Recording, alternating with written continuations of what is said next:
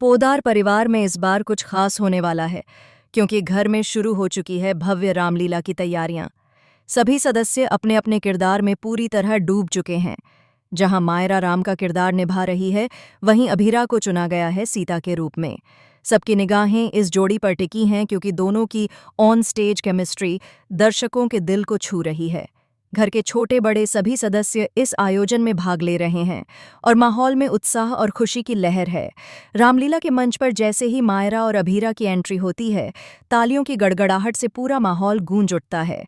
मायरा अपनी शांति और दृढ़ता से भरा संवाद बोलती है, जबकि अभीरा की मासूम मुस्कान पूरे पोदार परिवार का दिल जीत लेती है। कहानी के अनुसार अब बारी आती है सीता स्वयंवर और राम विवाह के दृश्य की, और दोनों अपनी अदाकारी से सबका दिल जीत लेते हैं। लेकिन असली रोमांच तब शुरू होता है जब मंच पर रावण के प्रवेश की घोषणा होती है। अरमान, जो आज रावण का किरदार निभा रहा है, अपने मेकअप और भारी पोशाक में मंच के पीछे तैयार हो रहा होता है। उसकी नज़रें बार बार अभीरा पर जाती हैं, जो सीता के रूप में बेहद खूबसूरत लग रही है। मंच के पीछे अरमान के मन में एक अजीब सी बेचैनी होती है, जैसे कुछ गलत होने वाला हो। इसी बीच कहानी में एंट्री होती है युवराज की। वही युवराज जो पहले भी अभीरा की जिंदगी में तूफान ला चुका है।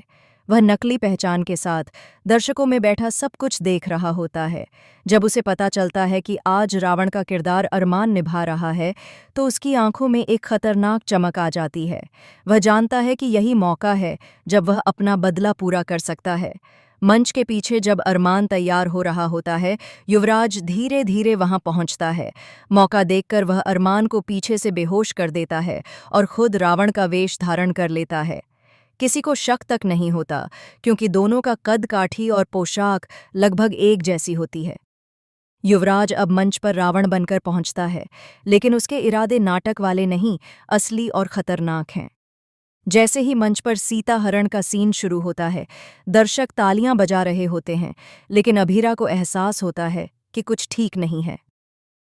युवराज की आंखों में एक अजीब सी नफरत और जुनून है, जो किसी भी कलाकार की एक्टिंग नहीं लगती।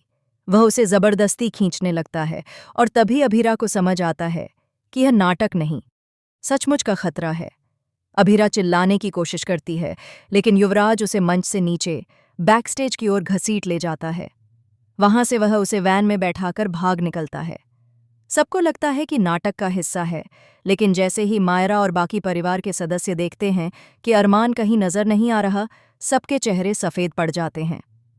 थोड़ी देर बाद जब अरमान होश में आता है और उसे सच्चाई का पता चलता है कि युवराज ने उसका रूप धारण कर अभीरा का अपहरण कर लिया है, तो वह गुस्से और डर से कांप उठता है। उसकी आंखों में सिर्फ एक ही बात है, अभीरा को कुछ नहीं होना चाहिए। पूरे पोदार परिवार में हड़कंप मच जाता है। पुलिस को खबर दी जाती है, लेकिन अरमान खुद युवराज को पकड़ने निकल पड़ता है। मायरा उसके साथ जाने की जिद करती है, क्योंकि वह जानती है कि अरमान की हालत बेहद नाजुक है और वह अकेले कुछ भी कर सकता है। दूसरी तरफ युवराज एक सुनसान वेयरहाउस में अभीरा को कैद करके रखता है। वह अब पागलपन की हद तक पहुंच चुका है। उसकी आंखों में सिर्फ बदला और जुनून है। वह अभीरा से कहता है, तुमने मुझे ठुकराया था, अब मैं तुम्हें किसी और का नहीं होने दूंगा। अभीरा रोती है, विनती करती है कि उसे छोड़ दे, लेकिन युवराज की सोच अब खतरनाक हो चुकी है। तभी अचानक दरवाज़ा तोड़ते हुए अरमान अंदर पहुंचता है। दोनों के बीच जोरदार झगड़ा होता है। एक तरफ सच्चा प्यार, दूसरी तरफ जुनूनी बदला। लड़ाई के बीच जब युवराज अरमान को मारने के लिए चाकू उठाता है, तभी मायरा वहां पहुंचती है और पुलिस को इशारा देती है। आखिरकार पुलिस समय पर पहुंच जाती है और युवराज को गिरफ्तार कर लिया जाता है। अभीरा अरमान के सीने से लगकर रोने लगती है और पूरा माहौल भावुक हो जाता है।